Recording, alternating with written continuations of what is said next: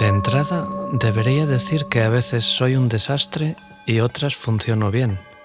A veces estoy triste o enfadado, y no obstante confío en que en el fondo soy un Buda. No soy el único que lo cree. Uno de los principios básicos del budismo es que todos estamos ya despiertos, pero al mismo tiempo, normalmente no actuamos desde esa perspectiva. A menudo lo hacemos desde nuestra confusión, así que en cierto sentido, todos somos un desastre, actuamos confusamente, pero también funcionamos bien, inherentemente despiertos. Para escuchar esto no es necesario que seas budista, o tal vez lo seas, pero te des cuenta de que no eres el meditador perfecto. ¿Quién lo es? Sea como fuere, me imagino que presientes que aunque la vida tiene sus grandes trastornos y tú actúas a veces de manera poco apropiada, en realidad no eres tan mal chico o chica. Puede que incluso des cierto crédito a esta idea acerca de que en el fondo eres inherentemente bondadoso, sabio y digno. En un momento dado, el maestro zen Suzuki Roshi se dirigió a sus estudiantes y dijo: «Todos vosotros sois perfectos tal y como sois, e incluso podríais mejorar un poco». Eso parece aplicable a todos nosotros. Ya somos perfectos. Ya somos Budas. Y debemos dejar de actuar desde la base de nuestra propia confusión, es decir, actuar como necios. Incluso la variación más pequeña hacia esa mejora que menciona Suzuki Roshi se basa en desarrollar una fe incondicional en tu propia capacidad de permanecer despierto. Se trata de reconocer que ese aspecto desastroso que eres es transitorio, mientras que la cualidad de estar despierto está siempre disponible y presente. Nunca he pretendido ser maestro en nada, solo soy un tipo corriente, pero al mismo tiempo, eso era Siddhartha. Inició un viaje espiritual, cometió algunos errores a lo largo del mismo y finalmente se iluminó. Tú y yo podemos hacer lo mismo. Mediante la práctica de la meditación y el cultivo de la atención plena y la compasión, podemos seguir sus pasos. Podemos caminar como un Buda. Despierta como un Buda. La meditación es asombrosa. Fundamentalmente es un ejercicio que todo el mundo puede practicar y que nos permite familiarizarnos más con nuestra propia mente y corazón. Si el Buda lo hizo y despertó, nosotros también podemos hacerlo. Este capítulo está basado en una exploración de la meditación, pero también en los pormenores de la filosofía budista básica. En el budismo tradicional existen algunos aspectos útiles sobre los que me han preguntado con una mentalidad tipo: «Pero tú no te lo acabas de creer, ¿verdad?». También están las preguntas básicas sobre cómo conseguir poner en marcha mi práctica de meditación. Exploraremos los beneficios de la meditación en la manera en que vivimos nuestras vidas cotidianas. Después pasaremos a cómo puede aplicarse la meditación a salir por ahí, las situaciones románticas, la acción social y el trabajo. ¿Para qué sirve? ¿Para qué meditar? Es decir, he oído decir que se supone que reduce el estrés, pero me da la impresión de que representa mucho esfuerzo. La práctica básica de meditación se conoce como samatha. La meditación es una manera de aportar una sensación de calma a una pequeña porción de tu vida, el tiempo que pasas meditando. Pero con el tiempo también acaba filtrándose de manera natural a todos los momentos en que permaneces despierto. En cierto sentido, la meditación no es más que una herramienta práctica para aprender a observar tu propia mente y a trabajar con tus estados emocionales. Sintonizas con el momento presente, con lo que sucede en este segundo, y aprendes a relacionarte con ello. No estableces una relación de la manera habitual, pensando cómo te gustaría que las cosas sucediesen o cómo éstas solían ser. Te estás formando para ver la realidad tal cual es ahora mismo. Lo que está pasando ahora mismo puede resultar estresante. Lo que sucede ahora mismo también puede ser una gozada. pero siempre es real. Siempre es la realidad de la situación. Así que en ese sentido, la meditación no es una purga de Benito para el estrés, sino que te ayudará verdaderamente a afrontar lo que es tu realidad en cada momento. Cuando practicas la meditación samatha, te concentras en la sensación física de tu expiración e inspiración. La respiración es un recordatorio constante de lo que sucede en este preciso momento. No es una ocasión para pensar en el pasado o en lo que harás luego. La respiración siempre es ahora. Lo que sucedió en el pasado ya sucedió. No hay nada que puedas hacer al respecto. Lo que sucederá pertenece al futuro. Tomémonos un momento para permanecer con lo que ocurre ahora mismo. Dejemos todo lo demás atrás y permanezcamos en esta habitación. El propósito de la práctica no es descubrir menos estrés en el pasado o el futuro, sino soltar esas nociones y existir, tanto mientras se medita como estando en el mundo. El propósito de la práctica de la meditación es desdibujar las líneas entre meditación y práctica posmeditativa, de manera que vivamos todas nuestras horas de vigilia presentes en todo aquello que el mundo tenga a bien ofrecernos. En un sentido amplio, la meditación es una manera de ver a través de nuestra ignorancia y de despertar la semilla de la iluminación, llamada naturaleza búdica o bondad fundamental. Cuando observamos el ejemplo del Buda, encontramos a un hombre normal que abandonó las tentaciones de su época a fin de concentrarse en domesticar su mente desenfrenada. Se empeñó en la misma práctica que nosotros practicamos hoy, samatha. Trabajó diligentemente para llegar a conocerse a sí mismo, para observar sus propias capas y niveles de confusión, y descubrió que bajo todo ello, él no era más que básicamente bueno. He descubierto que se trata de una noción bastante radical para cualquiera que haya crecido con una marcada educación cristiana. En esa tradición religiosa se insiste en el pecado original, que dicta que básicamente no somos buenos, sino que debemos trabajar por nuestra salvación. En la tradición budista decimos lo contrario. En realidad eres básicamente bueno. Eres básicamente sabio. Eres básicamente delicado. Solo necesitas descubrir esa verdad y desarrollar confianza en ello. A veces, a menudo, te desconciertas si no actúas desde la perspectiva de la bondad fundamental, pero esa perspectiva de vigilancia siempre está disponible. De hecho, la idea de la bondad fundamental ni siquiera es algo budista. Los budistas no la poseen. La bondad fundamental no está circunscrita a ninguna tradición en particular. Es la esencia de todos y de todo. Todos poseemos esa semilla de despertar. En cualquier momento podemos echar mano de nuestra bondad fundamental. Cuando descansamos en este preciso momento, seguimos las huellas del Buda y vemos más allá de nuestras expectativas rígidas, de nuestros persistentes prejuicios y de nuestros trastornos emocionales. Vemos directamente nuestro hondón, nuestra naturaleza búdica. Si podemos formarnos a nosotros mismos para conectar con ese aspecto fundamental de nuestro ser y actuar desde esa perspectiva y no desde nuestra mentalidad confusa, entonces podremos vivir una vida rica y plena.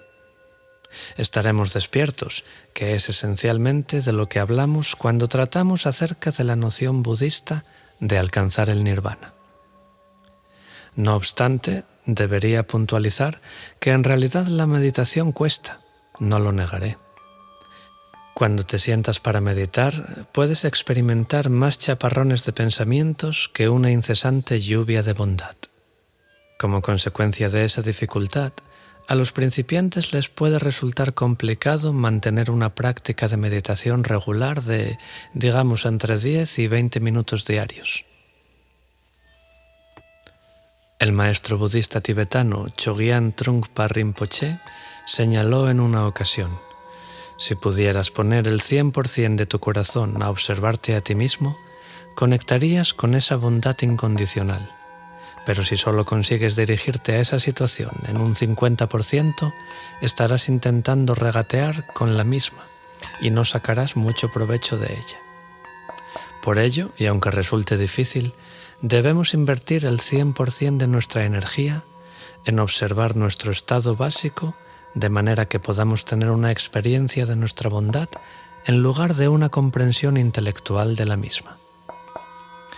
¿Por qué cuesta la meditación?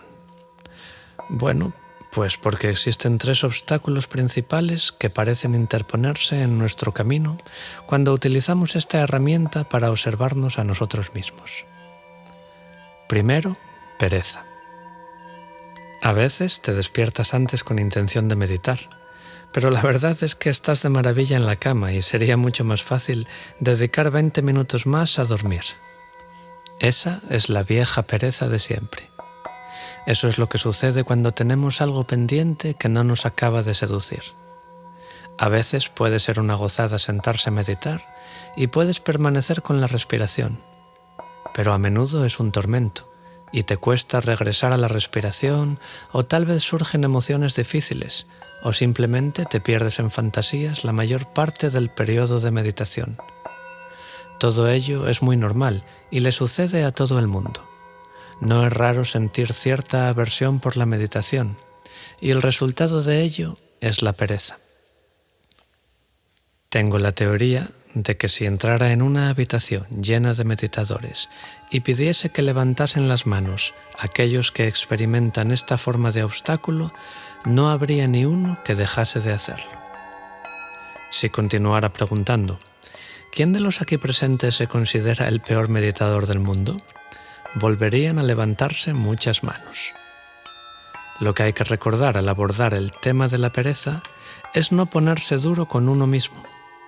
No todo el mundo puede ser el peor meditador del mundo. Solo puede haber uno, y estoy bastante seguro de que no eres tú. Si te descubres luchando, no tienes más que recordar que debes facilitarte las cosas, dejar de lado cualquier valoración y motivarte para sentarte en el cojín de meditación.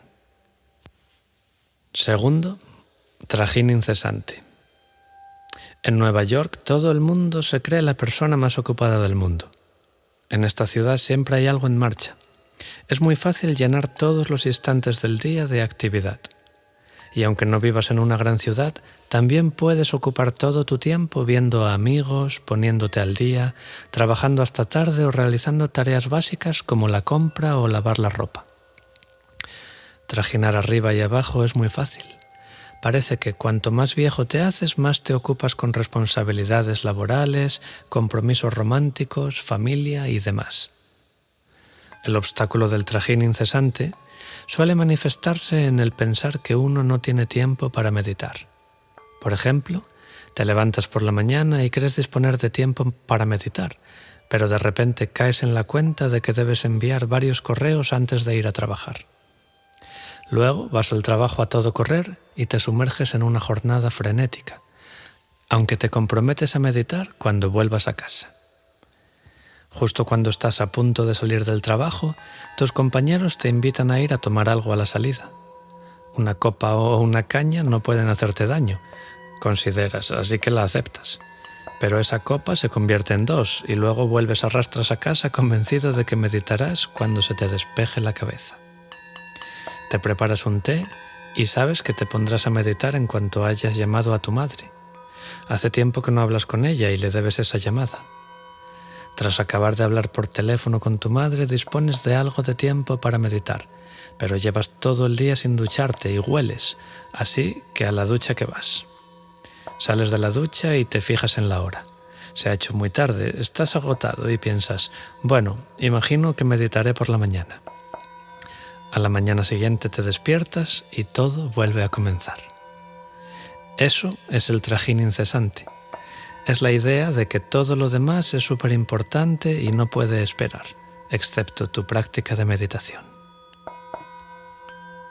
El trajín incesante es una de las razones por las que recomiendo que la gente tenga un horario fijo para meditar.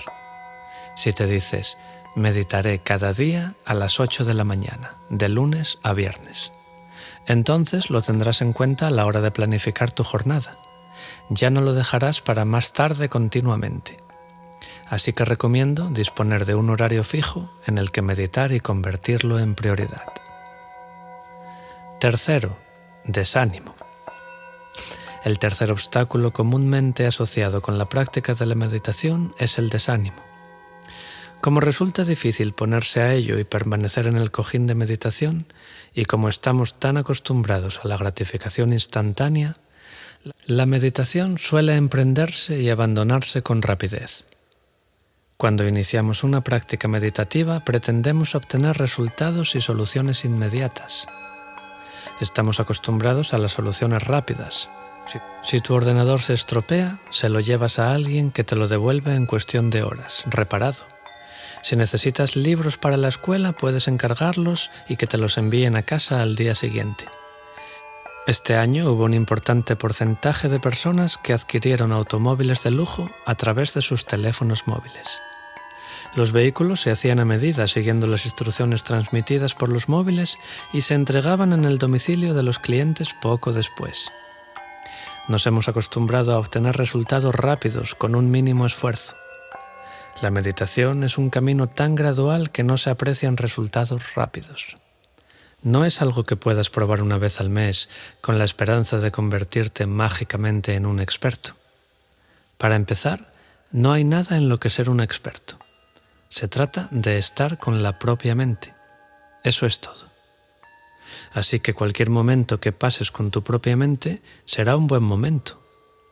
En segundo lugar, no hacen falta horas o días, sino semanas y meses para observar los cambios graduales que la meditación puede ir operando en ti. Esos cambios son tan sutiles que resulta difícil pensar en la meditación como en algo más que un camino gradual de transformación.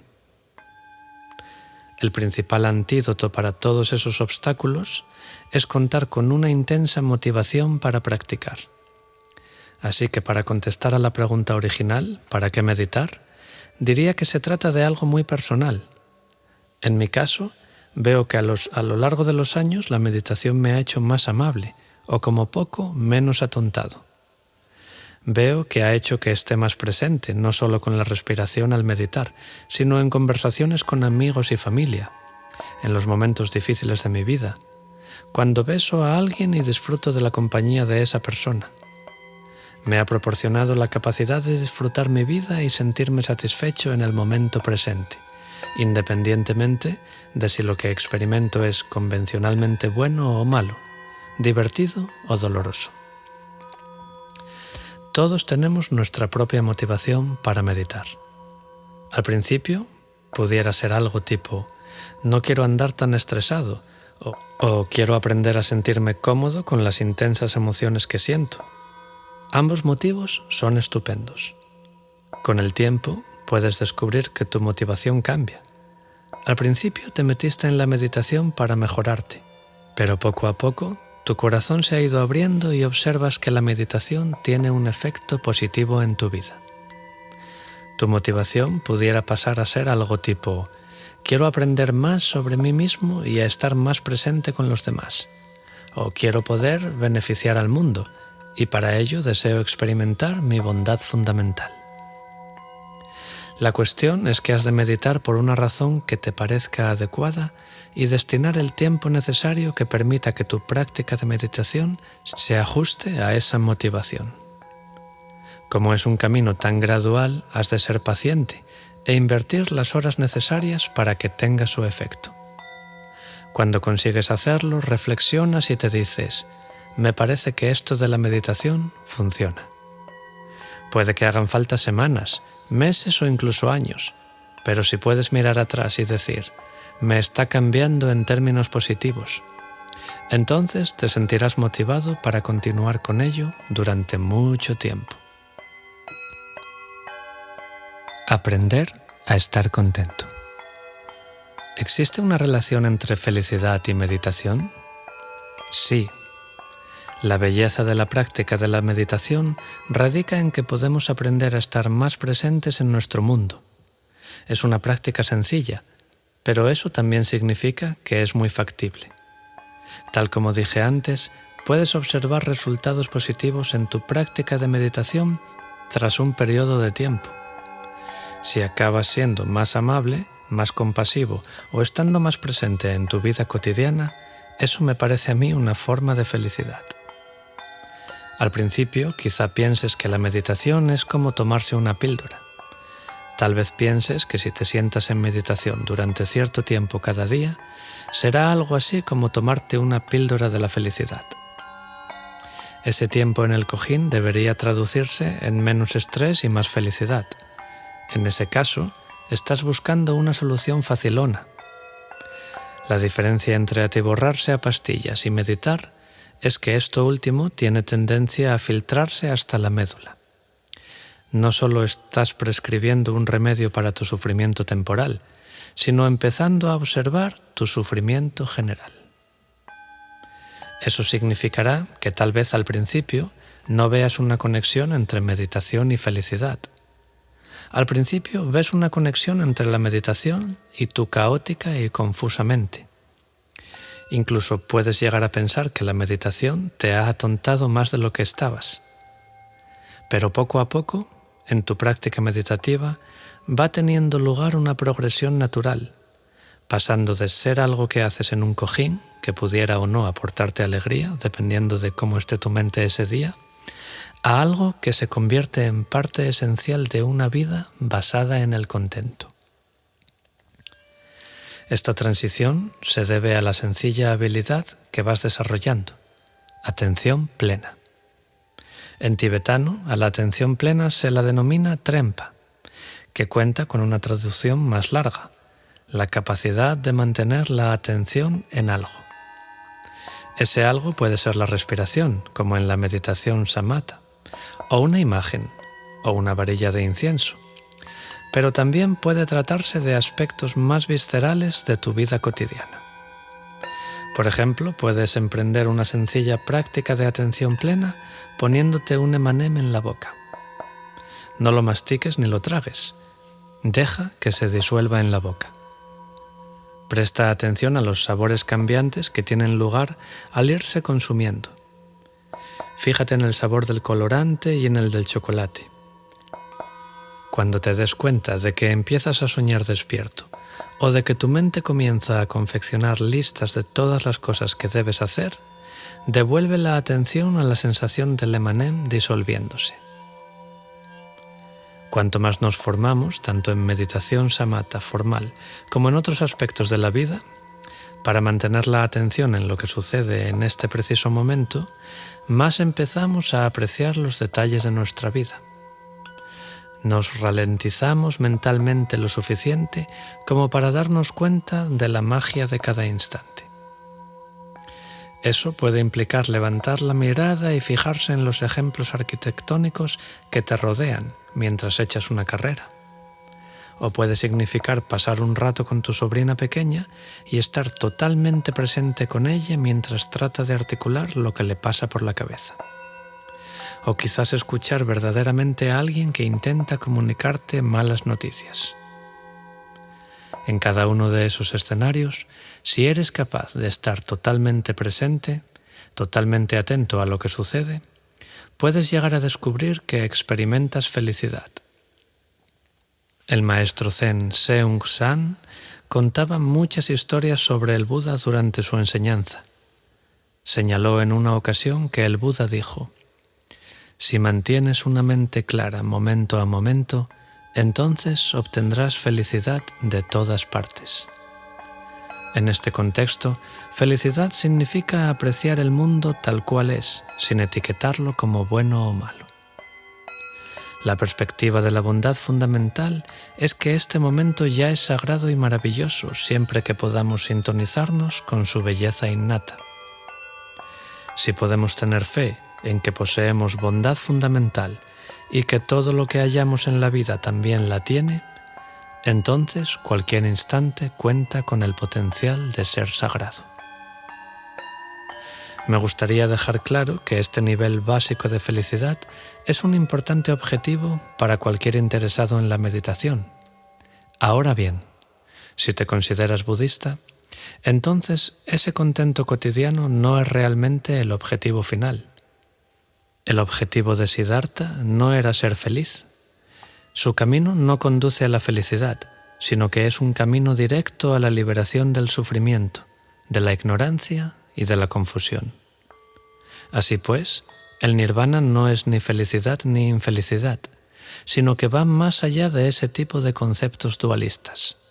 Nirvana es paz. Así que, aunque podamos empezar pensando que nos metemos en esto para tener menos estrés o porque la idea de sentirse contento en el momento presente suena bien, es necesario saber que el objetivo esencial para un budista es la paz. Es ver a través de nuestro sufrimiento e ignorancia y advertir que ya somos un Buda. Ya somos básicamente buenos.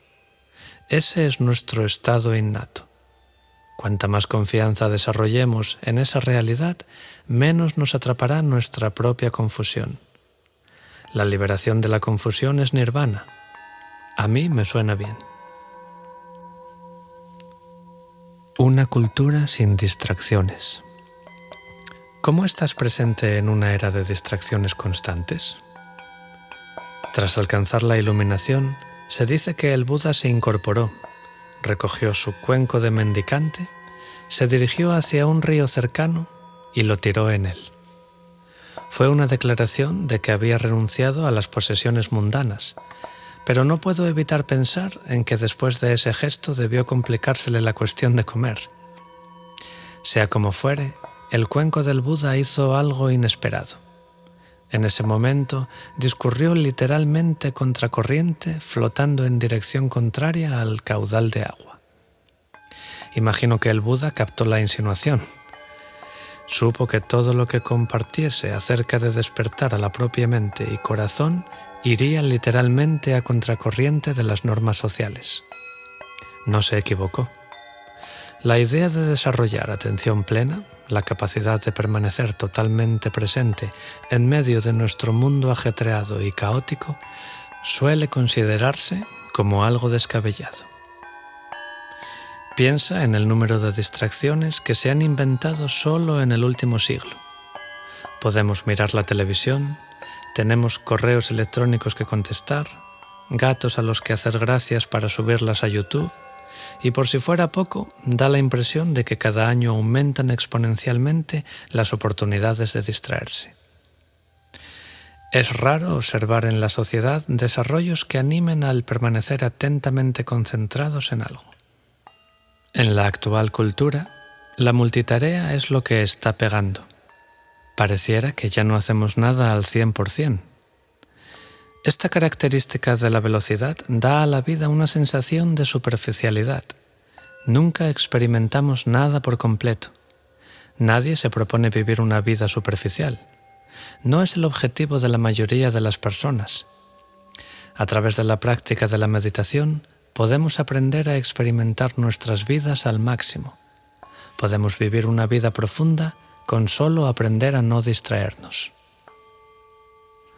Una de las muchas palabras que emplean los tibetanos para hacer referencia a la meditación es samadhi. Según la filosofía del Buda, no existe el verbo meditar.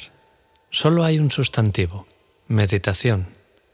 Meditación es un sustantivo que denota que ya estás en un estado de meditación. En este contexto, samadhi significa que estás ahí concentrado, con todo lo que suceda en el momento. Aunque la definición del diccionario sería unión, el profesor de meditación y de yoga Michael Stone ha traducido samadhi como intimidad. Es verdadera intimidad con el presente. Es el antimultitarea. Una manera de considerar la meditación es como la herramienta que te permite recogerte totalmente en una cosa. Esa única cosa puede ser la respiración. Puedes entregarte sinceramente al sencillo acto de respirar. O bien puede tratarse de una tarea laboral. Puedes concentrarte atentamente en ello. O bien en hacer el amor. Puedes sumergir todo tu ser en ello. Cuando comas, la mente solo come. Cuando conduces, la mente solo conduce. Cuando haces turismo, entonces la mente solo hace turismo. Hagas lo que hagas, haz solo eso. Y hazlo al máximo, por completo. La manera de desarrollar esta concentración atenta es, sorpresa, sorpresa, practicar la meditación. Se trata de un método de formación para poder cortar a través de actos habituales como la multitarea. Se trata de un método para inspirarnos a ser con lo que es sin desear que nada más suceda. Cuanto más en contra vayamos de la norma social que favorece la distracción, más podremos ser. Cuanto más podamos ser, más viviremos una vida satisfactoria y beneficiosa para todos los demás. Imagina cómo sería la sociedad si hubiera más gente que se dedicase a la sencilla tarea de dejar de lado la velocidad y abrirse a un mundo tal cual es. Imagina una cultura sin distracciones. Ese sería un mundo en el que me gustaría vivir. Tomar medidas. Me parece entender que la meditación es un medio para estar presente, pero ¿cómo puedes hacer planes de cara al futuro si siempre estás presente? Me gustaría que siempre estuviéramos presentes. Ese sería un problema estupendo, igual que un monedero demasiado pequeño para que cupiesen todos tus billetes de 50 y unos zapatos de diamante demasiado prietos. El problema principal de nuestra sociedad parece ser el contrario. Siempre estamos reviviendo algún suceso que ocurrió, o bien nos dedicamos a hacer tropecientos planes de cara al futuro. Pasamos tan poco tiempo estando realmente presentes en lo que sucede en este preciso momento que, aunque me han repetido con cierta frecuencia esa pregunta, no deja de sorprenderme como algo más teórico que experiencial. La mayoría de las veces estamos constantemente planeando el futuro, y eso no nos reporta una sensación de verdadera felicidad. Hay un antiguo dicho yiddish que podría aplicarse a esta situación. Si quieres hacer reír a Dios, cuéntale tus planes. Nos pasamos gran parte de nuestro tiempo pensando con todo lujo de detalles lo que queremos que suceda en el futuro. Cuando llegamos a ese momento y las cosas no son exactamente tal y como las habíamos imaginado, nos llevamos una decepción. Así es la naturaleza de la vida. Cuantas más expectativas mantenemos, más probabilidades tenemos de acabar defraudados. Por ejemplo, planeas unas vacaciones tropicales y confeccionas una larga lista de todo lo que quieres hacer mientras estés allí. Practicarás submarinismo, bailarás, realizarás una visita a cierta isla. Cuantos más planes hagas, menos probable será que puedas encajarlo todo. En lugar de relajarte en las vacaciones, corres de aquí para allá con una lista de cosas que debes llevar a cabo para ser feliz. Ese nivel de actividad hace que dé la impresión de que sigues en el trabajo en lugar de en una isla tropical. Tal vez, en lugar de todo eso, hallarías una verdadera satisfacción si plantases los pies en la arena y sintieses su calidez, o si contemplases el océano y te relajases con la naturaleza sosegante de las olas. En otras palabras, es muy probable que halles más satisfacción en apreciar las cosas como son. Retomando la pregunta, sería increíble si alguien pudiera vivir siempre en el momento presente. Si tu práctica de meditación ha madurado hasta el punto de que siempre estás en el ahora, eso no significa que seas incapaz de vivir una vida rica y plena. Lo que quiere decir es que es más rica y plena. Cuando reduces el ritmo lo suficiente como para poder apreciar lo que sucede en este momento, estás siguiendo los pasos del Buda. Estás observando la realidad tal cual es, en lugar de tal y como esperabas que fuese o como fue en una ocasión. Percibes con claridad de este momento sin colgarte de tu punto de vista particular. Puedes tener ambiciones e ideas de cara al futuro, pero deben enraizarse en la realidad del presente. Cuando estás sintonizado con la realidad del ahora, es fácil saber lo que debes hacer a continuación. El futuro llegará. Eso es lo que sabemos con seguridad. Como todo cambia momento a momento, no debemos preocuparnos acerca de que el futuro no nos alcance. Lo hará. Lo que está en nuestras manos es percibir con claridad lo que sucede ahora mismo para así aceptarlo mejor. Cuanto más nos formemos mediante la meditación para sintonizarnos con el presente, más preparados estaremos para actuar con pericia en el ahora y en todos los momentos de nuestra vida. Si viajas mucho y trabajas semanas de 72 horas, tu cuerpo acabará pagando un peaje. Es fácil ignorarlo y continuar trabajando, durmiendo cuando puedas hacerlo y siendo arrastrado por cualquier cosa que aparezca en el horizonte. Pero si practicas meditación y al menos te sosiegas algo mentalmente, entonces caerás en la cuenta de lo que te estás haciendo a ti mismo. No ignorarás las señales de fatiga. Te dirás a ti mismo, oh no, me voy a poner enfermo. Voy a tomarme un respiro. En ese momento estás actuando de la manera más beneficiosa posible. Te tomas 1 o 2 días de descanso y recargas las pilas. Puedes dedicarte a dormir, a hacer ejercicio o a pasar el tiempo holgazaneando en casa. Gracias a que estabas presente, pudiste ver que requerías algo distinto a lo que estabas haciendo en ese momento, a fin de ocuparte de ti mismo.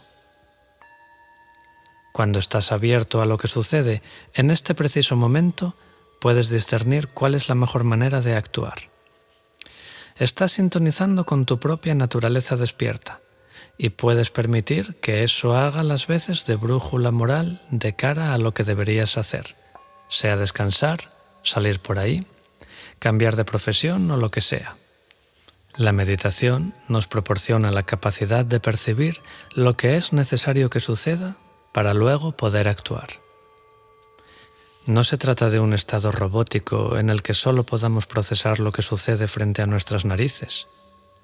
Nos proporciona una visión panorámica acerca de la realidad de nuestra situación, para que sepamos cómo dirigir de la mejor manera nuestra energía y ocuparnos de nosotros mismos y de los demás a largo plazo. Ese es el mejor tipo de planificación de cara al futuro. Permanecer abierto a lo que sucede verdaderamente ahora mismo y actuar en consecuencia. Mantras y otras prácticas meditativas. Hace poco fui a un centro de meditación donde parece que utilizan todo tipo de técnicas diferentes, como recitar mantras y hacer postraciones. He estado meditando en la respiración durante los últimos meses. ¿Debería pasar a esas otras técnicas? Practicar meditación puede resultar aburrido. Bueno, pues ya lo he dicho. Ya sabes, cuando meditas, solo estás pasando el tiempo contigo mismo.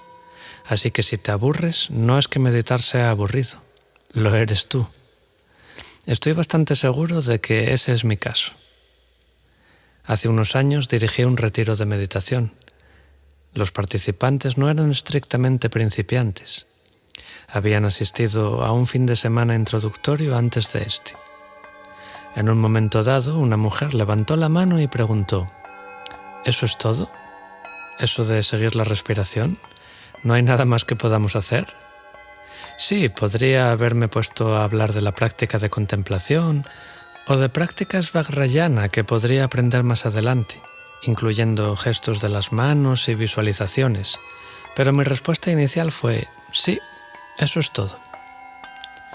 Me mostré duro con esa mujer porque la práctica del samatha es realmente lo mejor que puedes añadir a tu lista de actividades cotidianas. Igual que cepillarte los dientes. Puedes disfrutar de ello o puedes sentirte nervioso mientras lo haces, pero siempre te sentará bien, te beneficiará. No buscarás nada mejor a qué dedicar el tiempo en lugar de cepillarte los dientes. Sabes que es una de las cosas que hay que hacer para cuidar el cuerpo. Podríamos decir lo mismo del samatha en relación con cuidar la mente. Tu mente es tu mente, es tu mente. Eso es todo. Si crees que una nueva práctica de meditación, como el recitado de mantras o postrarte, cambiará tu mente, entonces estás en un error. Cuando se ha dicho y hecho todo, si te aburres practicando samatha, el problema no es samatha, es tu incapacidad para estar con tu mente. Tú eres el aburrido. Recomiendo formarse profundamente en samatha durante años y años antes de pasar a otra práctica como práctica principal. Si cambias a esas prácticas, realízalas bajo la orientación de un maestro cualificado. Las prácticas de contemplación y el estudio son buenos complementos de samatha, pero samatha puede ser la práctica básica, esencial. Ahora mismo no necesitas nada más. Ahora mismo ya es perfecto. Concédele una oportunidad a samatha. ¿Qué se necesita para ser un buen budista? Mi exmarido insiste en que no puedo considerarme budista porque no medito a diario y no formo parte de un sangha. ¿Existen requisitos especiales para que uno pueda identificarse como budista? Personalmente me parece que mi ex está muy colgado de las etiquetas, una de las razones por las que es mi ex. A veces me pregunto por qué la gente se molesta tanto con lo de identificarse con ser budista. La pregunta de esta mujer está muy bien, desde luego, pero ¿para qué necesitas etiquetarte? Nuestro amigo Siddhartha no era budista. Ni siquiera cuando se iluminó exclamó, «Ahora soy budista». Dijo que era un Buda o un ser iluminado. En ningún momento, a partir de entonces, se dirigió a sus seguidores para decir, «Quiero que fundéis un movimiento religioso basado en mi identidad. Llamaros despertistas». Sí, hay gente que practica siguiendo el ejemplo del Buda. Es un ejemplo de Aupa. Así que si el Buda estuviese aquí entre nosotros, en lugar de sopesar qué hace falta para ser budista, le imagino animando vuestra práctica de meditación, mencionando que es muy útil contar con amigos espirituales con los que hablar de la práctica y diciendo que puedes llamarte como quieras. Esta pregunta en particular plantea otra más amplia. ¿Qué haría falta para ser un buen budista? ¿Acudir a muchos templos budistas? ¿Saberse todos los sutras, las palabras del Buda de memoria? ¿Tener cientos de prácticas de meditación budistas? Me parece a mí que no. Sin marear más la perdiz, esta es mi lista de las 7 cosas que te convertirían en un buen budista. Aunque continúo pensando que entretenerse con términos como buen y budista es contraproducente de cara a estar totalmente presentes y liberarse uno mismo de una mente estancada. Las 7 cosas que haces si quieres considerarte un buen budista, aunque recomiendo evitar esa etiqueta por completo, son: 1. Tener una conexión con una práctica de atención plena presencia. Es difícil considerarse budista si ni siquiera trabajas con la mente. Así que es importante aprender meditación samatha, prácticas de contemplación u otras técnicas meditativas de maestros capaces y autorizados que pertenezcan a un linaje budista. Obviamente, subrayo samatha en el contexto de este audio. Pero si cuentas con una conexión con una tradición budista que aliente las postraciones o los mantras, serán totalmente válidas mientras las utilices como una práctica de atención plena y no como una afición guay. 2. Buscar más despertar e iluminación. ¿Qué sentido tiene una práctica de meditación si no intentas cambiar? Considero que cualquier motivación que oscile entre querer estar menos liado y confuso y el despertar final será fantástica, pues se basa en un deseo de mejora. La práctica de la meditación no trata tanto de la hipotética realización de la iluminación, trata de vivir bien. Así que sería buena idea no quedarse colgado de la importante tarea de alcanzar el nirvana. Tal vez deberíamos empezar siendo buenas personas. Tal vez deberíamos intentar llevar una vida decente y buena. La iluminación pudiera llegar por añadidura. 3. Aprender algo. Estudiar un montón. Leer un libro sobre el Dharma. Acudir a recibir instrucción de maestros importantes. Escuchar una charla en audio. Mirar un vídeo. La meditación sin estudio es como ir en bici con una sola rueda. no llegarás muy lejos. Siempre me impresionan los grandes maestros de meditación que destilan sabiduría y compasión. Aunque están tan despiertos y son tan asombrosos, continúan estudiando a diario.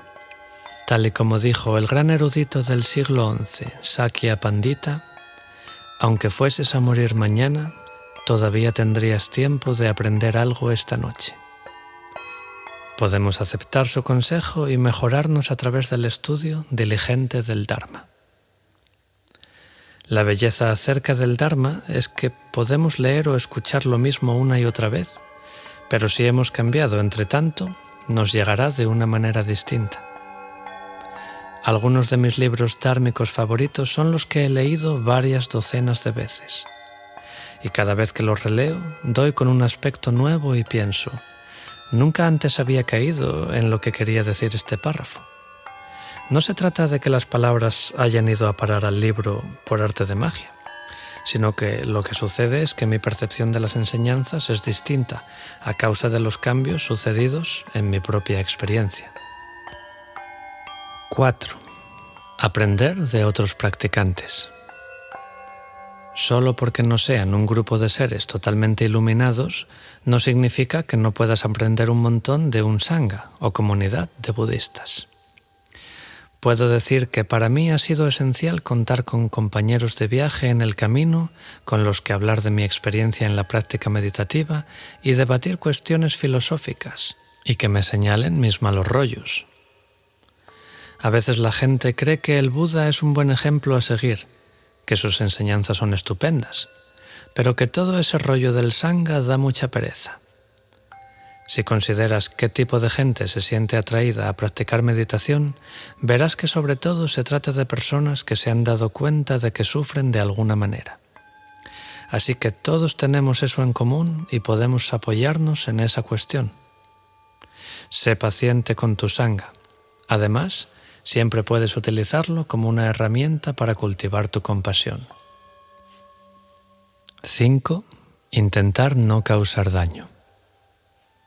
No causar daño es una frase bonita si puedes hacerla realidad. Y lo conseguirás si lo intentas. Hace falta tiempo y dedicación, claro. A menudo, incluso los comentarios aparentemente más inofensivos pueden provocar negatividad en las mentes que nos rodean. Haces una broma sobre una tontería que hizo una amiga tuya hace años y de repente ésta se queda callada el resto de la noche. Al día siguiente la llamas y descubres que le arruinaste la noche, porque contaste esa anécdota tan vergonzosa estando presente el chico por el que anda colada. Si hubieras tenido un poco más de cuidado y observado la situación con algo más de claridad, tal vez no le hubieras hecho daño. Cuanto más conscientes somos de nuestras palabras y actos, menos daño creamos en el mundo. 6. Haz algo bueno por el mundo. El Buda podía haberse quedado sentado bajo el árbol de la Bodhi, encantado y convencido de que ninguno de nosotros, tontos de capirote, íbamos a ser capaces de comprender sus enseñanzas.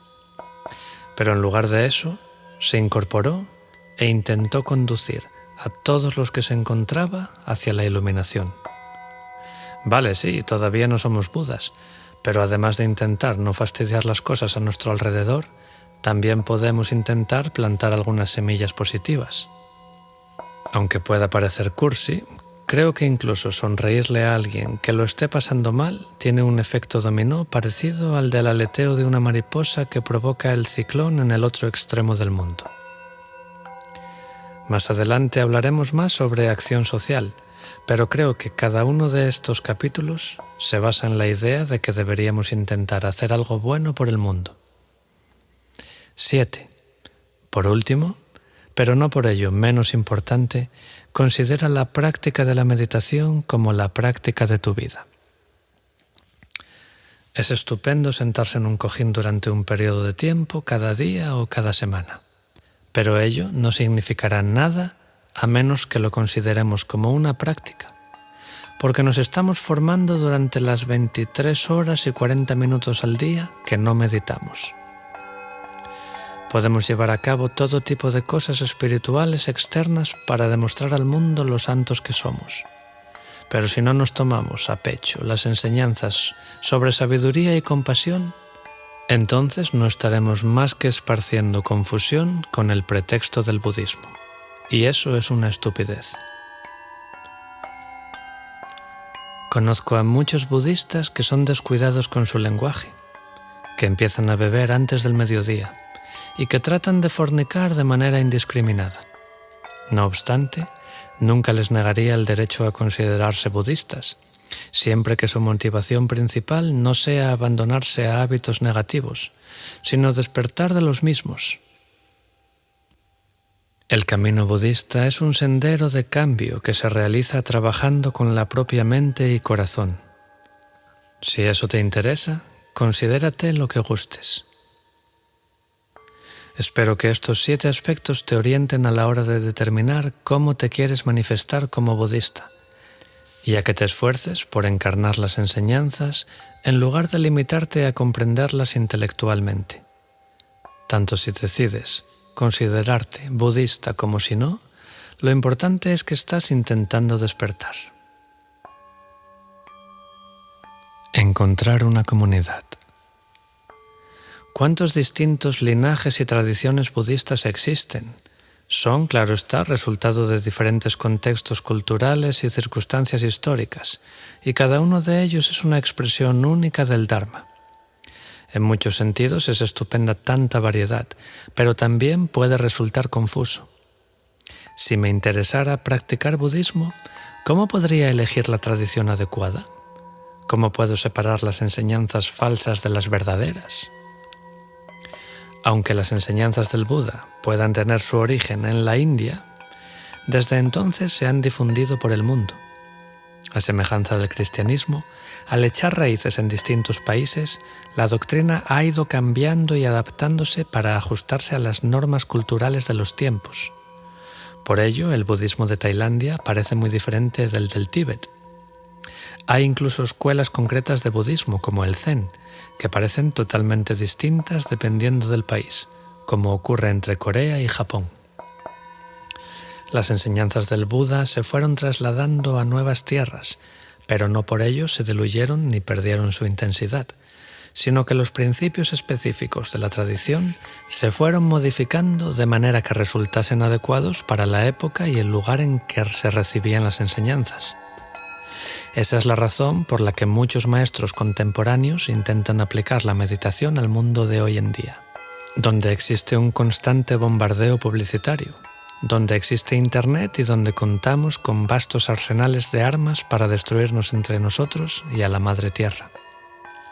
El Buda no está presente para concretar cómo relacionarnos conscientemente con nuestra sociedad contemporánea, pero sí que expuso enseñanzas que podemos estudiar, reflexionar y aplicar a nuestras vidas modernas. Dicho lo cual, es cierto que vivimos en tiempos que son únicos. No hay más que pensar en ello durante un minuto. Mientras que hace unos pocos siglos muy poca gente conocía las diferencias entre el budismo tibetano y el zen japonés, hoy en día es posible darse una vuelta por Nueva York y en menos de una hora experimentar ambas formas. ¿Cómo saber qué sangha elegir? Creo que explorar diversas comunidades budistas puede a veces producir esa impresión. Cada grupo quiere ser el receptor. Quieren que llegues y te encuentres cómodo con ellos. Quieren que disfrutes de tu visita de manera que, a ser posible, te sientas alentado en tu práctica de meditación. No van a mostrarte la parte más sórdida en tu primera visita. Permíteme que te presente a uno de nuestros estudiantes más antiguos, Chris. Es alcohólico y puede que te zurre. No, eso no pasará. Meditar se parece algo a pelar las capas de una cebolla.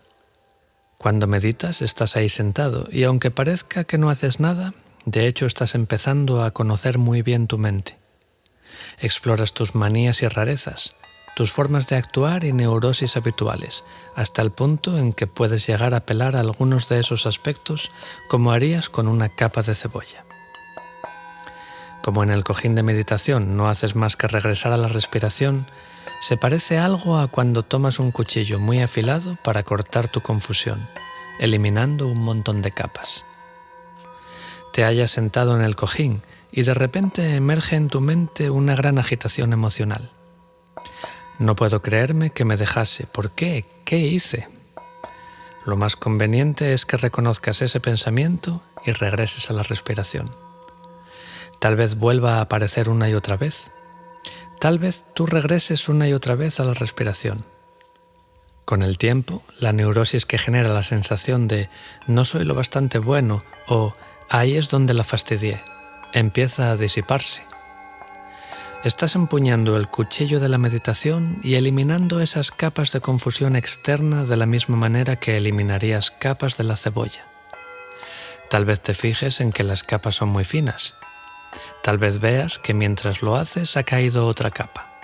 Pero lo que conviene es que te mantengas en la respiración. Algo gracioso sobre ese proceso, cuanto más utilizas el cuchillo de la meditación con tu confusión, más te revela lo que subyace. En el núcleo, bajo nuestras neurosis, está la bondad fundamental. Estar en sintonía con tu bondad fundamental es como tener una vocecilla que te susurra a la oreja, guiándote hacia actividades virtuosas. Es un instrumento de discernimiento que te permite saber si una oportunidad laboral en concreto o una idea romántica son adecuadas para ti. Se trata de la brújula de tu intuición. Suelo animar a las personas a que exploren tantas comunidades budistas diferentes como les sea posible. Después, la idea de volver a casa en este sentido no tiene que ver con dirigirse a la organización budista que más te alienta a relajarte y levantar los pies. De lo que se trata es de conocer una comunidad de practicantes, de escuchar el Dharma con una mente abierta y comprobar si te llega al corazón. Se dice que los antiguos compañeros del Buda se le acercaron poco después de su iluminación. Querían que les enseñase cómo ser exactamente como él. Antes de que el Buda pronunciase una palabra acerca de enseñanzas, les dirigió una invitación. Venid y ved por vosotros mismos. Hemos de ver por nosotros mismos cómo nos sientan las palabras del Buda. Si no puedes ver la verdad de las enseñanzas en tu propia experiencia, entonces no las sigas. El budismo no es una tradición en la que haya que hacer ciegamente lo que otros dicen que debes hacer. Aunque no llegaría a decir que el sangha de otra persona es espurio, sí que creo que cualquier grupo que trate de convencerte de que es el mejor, de que deberías confiar ciegamente en él, merece un análisis en profundidad. Se trata de poner a prueba el Dharma y ver si es aplicable a tu vida. Mientras explores las diversas comunidades por las que te sientes atraído, no dejes de escuchar tu intuición. Intenta estar tan presente como puedas y conectar con tu propia bondad fundamental. Observa cómo te orientan los maestros y sanghas en esos lugares, y si consideras que serás capaz de recibir el Dharma de manera genuina en cualquier espacio. Si no es así, no elijas ese. Por el contrario, si te parece que sí, es probable que sea el sangha que te conviene. Los errores son el combustible de nuestro viaje. ¿Cómo lidiaría Siddhartha con la falta de destreza cuando la pifia o comete un error? Yo suelo experimentar disgusto, vergüenza y decepción. Debe ser que tengo un crítico interior muy severo o algo por el estilo. Todos cometemos errores. Todos nos lamentamos. Uno de mis haikus favoritos, del fallecido poeta Masaho Suzuki, dice: ¿es posible vivir sin lamentarse? La espuma de la cerveza se desborda. Incluso el Buda histórico tuvo un periodo en que cometió el error de pasarse de la raya al tratar de compensar su lujosa educación convirtiéndose en asceta y matarse de hambre. Se torturó en nombre de la espiritualidad. Ese es un gran error. No obstante, no hubiera podido descubrir el camino intermedio entre los extremos del lujo y el ascetismo de no haber experimentado ambos. En otras palabras, los errores no son cosa mala. Son el combustible de nuestro viaje espiritual. Cada uno de nosotros tiene una emoción particular en la que cae cuando cometemos un error. La tuya puede ser la vergüenza o la decepción, otros pueden ponerse a la defensiva y otros intentan culpar a cualquiera menos a sí mismos. Lo primero que podemos hacer cuando cometemos un error es observar a conciencia lo sucedido. ¿Qué factores te condujeron al punto en que cometiste el error? ¿Ibas con prisas? ¿Te mostraste arrogante? ¿Qué sendero emocional y mental tomaste hasta acabar metiendo la pata? Una vez que consigas tenerlo claro, puedes decidir no volver a cometer un error así. Insistir en el mismo error tras decidir no volver a hacerlo sería como retroceder en el camino espiritual.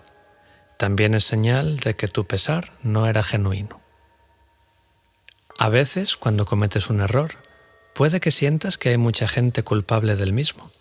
Por ejemplo, alguien del trabajo ve que te pasaste haciendo locuras el fin de semana con amigos por ahí y cuenta la historia en el trabajo, exagerándola, y observas que el lunes por la mañana el jefe te mira raro. Podrías echar la culpa al colega del trabajo, y vaya si sería fácil hacerlo. Pero también has de darte cuenta de que si no te hubieras pasado de vueltas, no habría historia que contar. Atisha, maestro de meditación del siglo XI, es famoso por componer una serie de máximas aforísticas para formar la mente, la práctica de Lo Hong. Una de esas máximas es: dirige todas las culpas hacia ti. En pocas palabras, esa máxima indica que, en lugar de buscar factores externos como origen de nuestros errores, lo que deberíamos hacer es observar nuestra experiencia. Podemos culpar a la organización, podemos culpar al gobierno, podemos culpar a la policía, podemos culpar al tiempo, podemos culpar a los alimentos, podemos culpar a las carreteras, podemos culpar a nuestros propios automóviles, a nuestra propia ropa, podemos culpar a una variedad infinita de cosas, pero somos nosotros los que no soltamos, los que no desarrollamos suficiente calidez y simpatía. Y eso es lo que nos hace problemáticos, así que no podemos echarle la culpa a nadie. Cuando cometemos errores, solemos desarrollar una sensación de rigidez respecto a nosotros mismos. Somos duros con nosotros mismos y con otros. Empezamos a culpar a un amorfo ellos que lo arruinan todo continuamente. Eso no ayuda mucho. En lugar de ello, si puedes observar cuál es tu propio papel en tus errores, verás, si eres sincero, cómo puedes evitarlos en el futuro. Puedes aplicar una actitud amable a tu exploración, suspendiendo los prejuicios acerca de que eres un estúpido. Puedes desarrollar calidez y sentir algo de simpatía por ti mismo. Luego podrías reconocer lo que hiciste y decidir no volver a hacerlo. Además, puedes contrarrestar las acciones negativas que cometiste en el pasado al producir otras nuevas y positivas. No se trata de que invites a cenar a tus compañeros de trabajo para que vean lo buen chico o chica que eres. De hecho, no tendría por qué estar relacionado con tu error. Sin embargo, puedes utilizar el conocimiento acerca de que has provocado cierto tipo de daño como combustible para intentar hacer algo bueno en este mundo. Con el tiempo, los errores se diluyen y la gente madura. Como todos hemos cometido errores, todos sabemos que en cierto momento hemos de perdonar los ajenos. Si reconoces genuinamente tus errores y te esfuerzas en producir acciones positivas, la gente reaccionará ante ellas. Nadie recuerda al Buda como alguien que cometiera errores. Solo recuerdan su increíble bondad y sabiduría. Aunque hoy sigamos cometiendo errores, si nos esforzamos en aprender de ellos, también a nosotros nos recordarán de esa manera.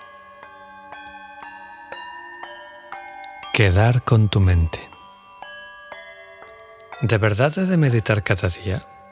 Si no quiero meditar, ¿podré seguir beneficiándome de limitarme a leer libros dármicos? Meditar es parecido a quedar, a tener una cita con tu mente. Al principio pruebas.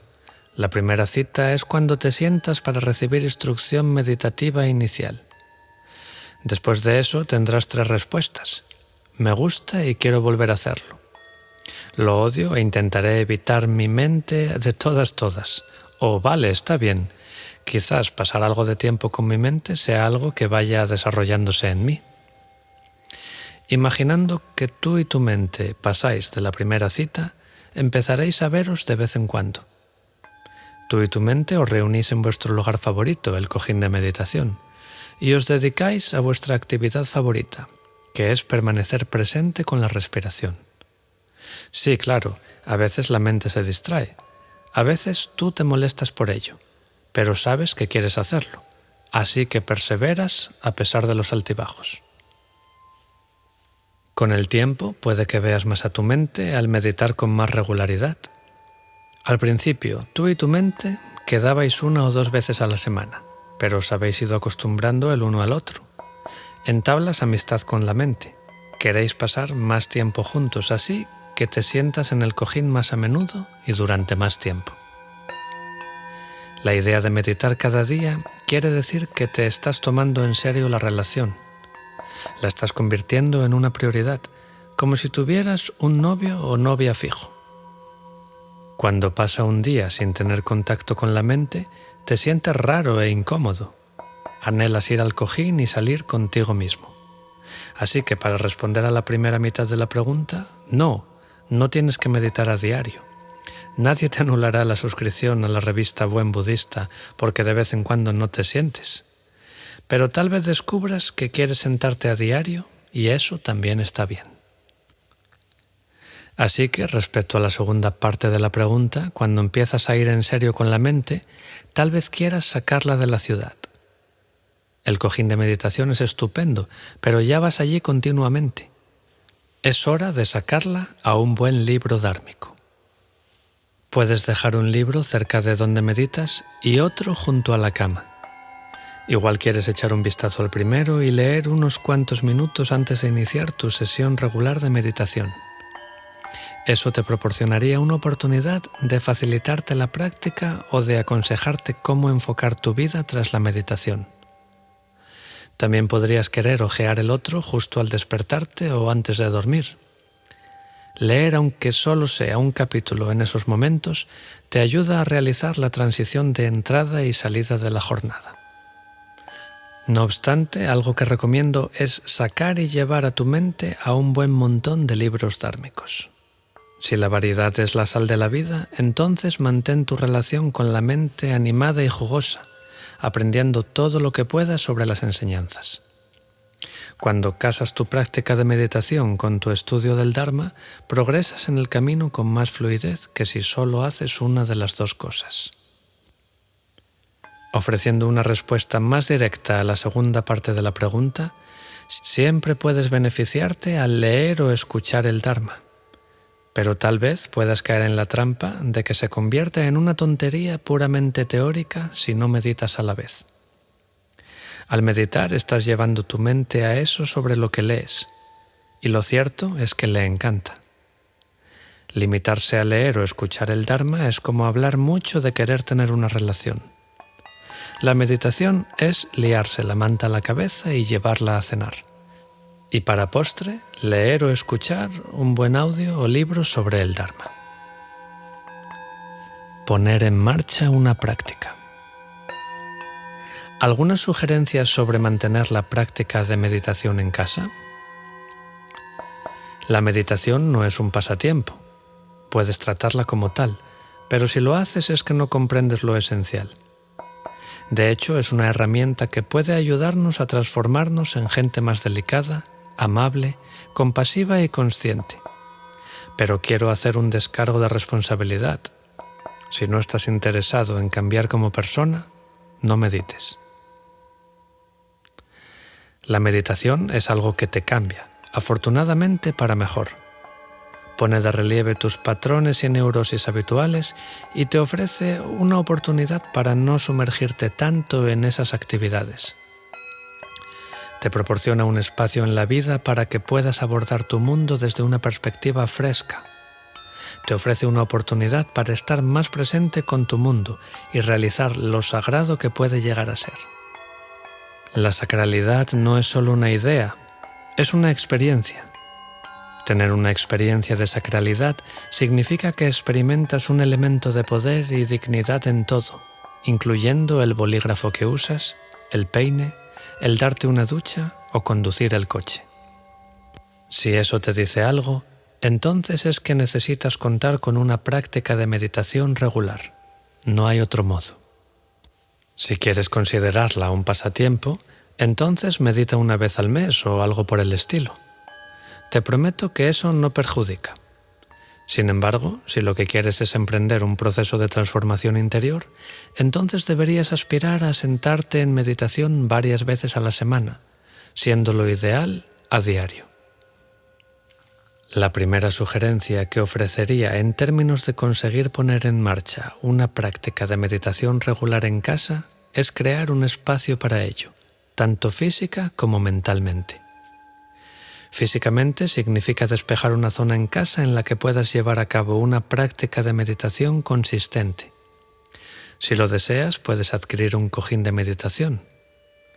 Contar con uno es como tener una madre muda pero latosa. Sabes que tu madre considera que deberías hacer ciertas cosas, como comer mejor o conocer a una persona maja para salir. Y aunque siempre está ahí en tu vida, no puede decir nada al respecto, porque vaya, es muda. Un cojín de meditación puede desempeñar el mismo papel si lo colocas en algún lugar obvio de la casa. Pasarás junto a él y aunque no pueda hablar te preguntará: ¿es que hoy no te vas a sentar? Sentirás una ligera oleada de culpabilidad. Olvídate, porque eso no ayuda. Pero tras pasar al lado varias veces acabarás capitulando y haciendo lo que ya sabes que te sienta bien: meditar. Si no quieres adquirir un cojín, siempre puedes utilizar la almohada de la cama o un cojín del sofá. No obstante, esos objetos no se dedicarán a recordarte la meditación, así que tal vez deberías poner algo más en casa que prestase esa función. Podría tratarse de una imagen del Buda, de un cuadro o foto del mismo o de un maestro budista al que admires, o incluso un incensario o una vela. Disponer de ese espacio físico especial en casa servirá de recordatorio regular de que te comprometiste contigo mismo a mantener una práctica de meditación. En términos de crear espacio mental para la meditación, lo mejor es establecer un horario fijo para meditar. A algunos les gusta meditar nada más levantarse, mientras que otros prefieren hacerlo después de trabajar o antes de acostarse. Yo, por ejemplo, me levanto, trabajo un poco y luego medito por la mañana, antes de lanzarme de cabeza a la jornada. Además de dedicar un momento concreto del día, de reservar un tiempo para el periodo de meditación, también recomiendo ser consciente con la duración del tiempo que se medita. Para un principiante lo más conveniente sería empezar con 10 minutos al día, tal vez incluso se puede llegar a 20. Algunos días eso puede parecer mucho, mientras que otros, cuando suene la alarma, es posible tener la sensación de que uno solo acaba de sentarse. Ambas cosas están bien. Es importante ser amable con uno mismo al iniciar una práctica de meditación. Nadie va a darte una palmada en la espalda ni a felicitarte por ser duro contigo mismo. Así que no etiquetes las sesiones de meditación como buenas o malas. Cualquier tiempo que medites es buena meditación. He leído que si quieres crear un nuevo hábito, has de hacerlo durante 21 días seguidos. Si intentas escribir, intenta hacerlo un poco durante 21 días y observa si se forma en ti el hábito de escribir.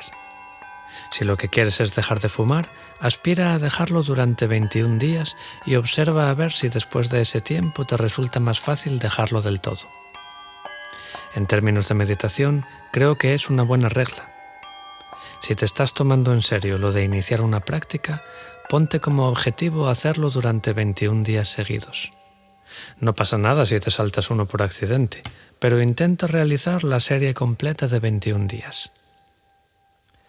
Después de eso es probable que veas los efectos de la meditación y que quieras continuar con ella. Eso sería estupendo. Llegado a este punto, deberías evaluar tu vida y sentar unos objetivos realistas sobre cómo y cuándo meditarás. Tal vez tengas los fines de semana muy ocupados, así que sabes que lo más probable es que medites de lunes a viernes en algún momento. O quizás trabajes de noche, te levantes tarde y te sientes a la 1 de la tarde todos los días. Lo importante es que conviertas en algo personal esta práctica de meditación y que la hagas tuya. A partir de ese momento verás los frutos de tu labor y podrás estar siempre ahí para ti mismo y para cualquiera con quien te encuentres. Si te gusta lo que escuchas, considera suscribirte al canal y darle a me gusta para ayudarnos a seguir compartiendo contenido.